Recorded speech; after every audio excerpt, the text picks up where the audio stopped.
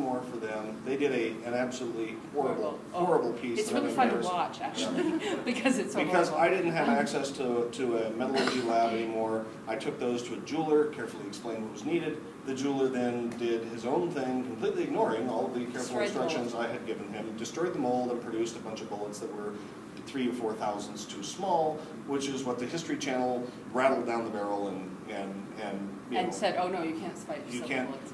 Ours were actually reasonably accurate, not quite as good as factory ammo, but I wouldn't want to stand downrange at 100 yards from somebody firing those silver bullets at me. We stopped for several reasons. If you're really interested in this, go to our website. Under where is it now? We Writing, I think. Under writing, yeah. Look under silver bullets. The reason we stopped is we moved, and the professor we were working with, who was Canadian, by the way, the professor we were working with, who was a ballistics genius, moved back to Canada. And so we had neither access neither to him nor into the labs. I don't think we explained really what, in a nutshell, for those of you who haven't heard this story, worked like this. Patty had Mercy cast silver bullets because she'd gone to all of our gun nut friends. We tried to do our homework. We're from Montana. We have gun nut friends. Lots. So you go to your Montana's full of gun nut friends. Yeah, I know, right? So we went to several people who do a lot of reloading and stuff and said, hey, could you make silver bullets? Well, Patty did this part. That's why it was wrong. On the list. See, I'm in trouble. But no. So she went out, she asked some of our friends about reloading silver, and they said, sure, you can do that. And okay. So I know that this happened on the forum. The reason I know this happened on the forum, so she did that when we called. The second book had been out for a while, and I got an email from somebody, and he said, you can't cast silver bullets. And so I called up my friends, and I said, I have somebody on that emailed me, and he says I can't cast silver bullets. So Mercy's been doing it in the book. Right, so I need to respond to him and tell him how to do it. And there was a pause, and my friend, who has a PhD, by the way, says, let me get back to you on that. And then he called me back in about a couple hours and says, maybe you can't. I said, what? He said, maybe you can't. So, and then I started getting this is why I know it was on a gun forum, because in the same week, I got about 6 letters from people telling me this. You got it wrong, you stupid person, how dare you? They were all polite, they really were, but because people use that as a way to contact authors. It's because you do the research. And because you're not a writer. Writers cannot afford to be sensitive. Or else I'd be in a loony bin by now. And they mentioned the same points, that who are our wonderful science guys that we love to watch? Mythbusters? Mythbusters, thank you. Mythbusters tried it and it was unsuccessful. They mentioned an article in one of the gun magazines in the 60s. These guys tried it because that was the era of the Lone Ranger who always had the silver bullet, right? Yeah. Okay. And they tried it and it was unsuccessful.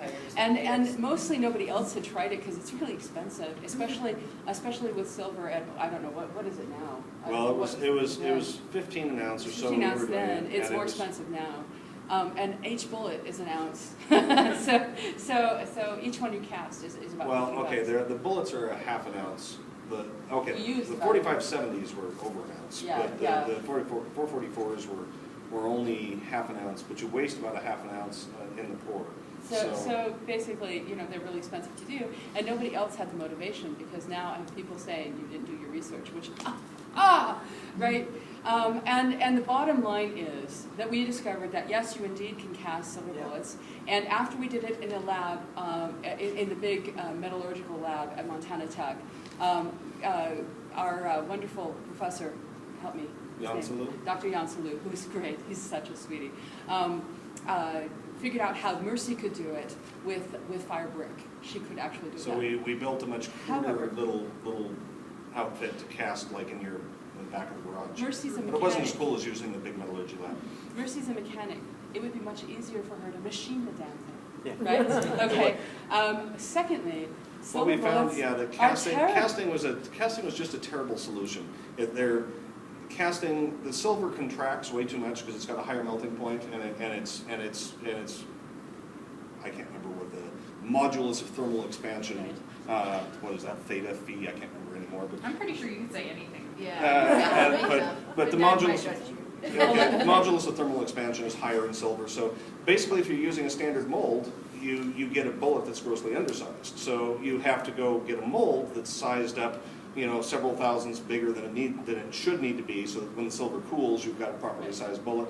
And finding somebody who does, custom lathe boring rather than the cherry style boring is tough. But we overcame all those obstacles. You can make silver bullets, but it's a royal pain in the butt, and they're too hard, and they'll over penetrate, and they're terrible. If you shot a werewolf, they're terrible with them, ammunition. If you shot a werewolf with them, it'd go through the werewolf. It would go through the wall behind the werewolf. It would go through the 5 people behind the wall behind the werewolf into the next house, through the next house. Okay, they're not quite that bad. Okay, so but if you're shooting through a werewolf, unless you've got a vital spot, they wouldn't do anything. You're going to put a small For hole heaven's through sake, the werewolf. take your grandma's silver jewelry, shove it in a shotgun shell, and shoot them with that. It's much more effective. Werewolves everywhere are going to hate you. I want to say that to my immense bitterness, and this is one of the reasons we stopped where we were too, to my immense bitterness, I have been personally thanked by like 5 or 6 urban fantasy writers coming after me who got the damn thing right because we put it on our website, did all the research, and I can't fix it in the Mercy Thompson series because it's already there in print, right? Not that she's bitter or anything. No, not that I'm bitter or anything. We have a question back here. I read the thing about the silver bullets on your website, and the thing that occurred to me was to wonder whether it would make more sense to silver plate a lead bullet. It very well might. That would depend One of on those your pages. world building. One of those pages in there somewhere was actually about how we could do better alternatives. And when we started this, of course, we wanted to produce like the Van Helsing special, a real silver bullet that's just loaded in a standard cartridge and looks just like all the photos of the old Lone Ranger bullets. And whether silver plating would work or not depends on what rules the authors established. Is a touch of silver enough? Is what silver content is high enough to?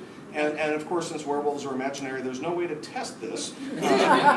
So it just depends on how you've drawn your world. But silver plating would be much easier. We got Oh, two. I worked with the precious metal plate. Are you familiar with that? Which one? Precious metal plate. It's Yeah, but it shrinks a lot when you. That was one of the things we looked at because I was trying to figure out how you could do this, and there's a clay that's actually. I've worked with it. It's fun. It's fun, but when you cast, it shrinks like 30% or something. But I'm thinking, well, it wouldn't be as hard because it's more like a sponge. It's porous. It's not as solid. Yeah, So it basically produces almost a centered metal when you're done. Yeah. But it's kind of cool. But I was going, it'd be really hard to sit there on your kitchen table and mold bullets and say, and now I put them in the oven and bake them and they shrink to the right size. You have to have a computerized kiln. Right. Yeah. We had a couple of funny stories come out of the silver. One of them was while I was on a book tour, I got the call from Mike, and he goes, "Oh wow, we got the weirdest email." And this was my emails kind of hit and miss whether the hotel's email will work with it. And he said, this guy wrote to us and he said, "I see you have silver bullets. The guy who lives next door to me is a werewolf and his alpha's not doing a good job. He's uncontained. And I've gone to the police and I've gone to everybody I can go to. Would you send me a silver bullet?" And it sounded serious. Now maybe the guy is a really good writer, maybe he's a liar like me, but it sounded really serious. And Mike's like, "Holy hell no!" How many? All the police department will have to do is Google silver bullet 444, right? And which is what we had them in, or 44 caliber. 44 caliber. And they're going to come right to our website and see that we make them, and nobody else does. And Right? there were some other little modifications because I was working with a guy who had developed several of the NATO rounds and so forth. So the guy I'm working with is a PhD in ballistics who's responsible for developing military applications and military ammunition, and so he knows his stuff.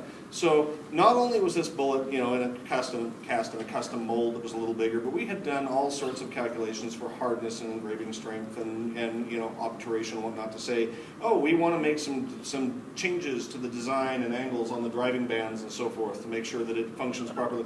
So this is a completely custom bullet, and because I wasn't planning on committing murders with it, I've put the design up on the website in its entirety, and I'm going, it's not going to take the FBI very long to match the hard hard, undeformed murder weapon to the beautiful rendering of it on my website. So the second funny story was, Anne, we'd conned Anne, my assistant here, into taking the programming chair at MISCON in Missoula. Because we said, oh, Bob, you need to ask Anne. She should be really good at it. And Anne can't say no anyway, which is why she's working for me now, right? And then she had some health scares and stuff. And of course, because we're the ones that made her take it, Mike took over. And You've got about 5 minutes. okay, Okay. I'll do this fast.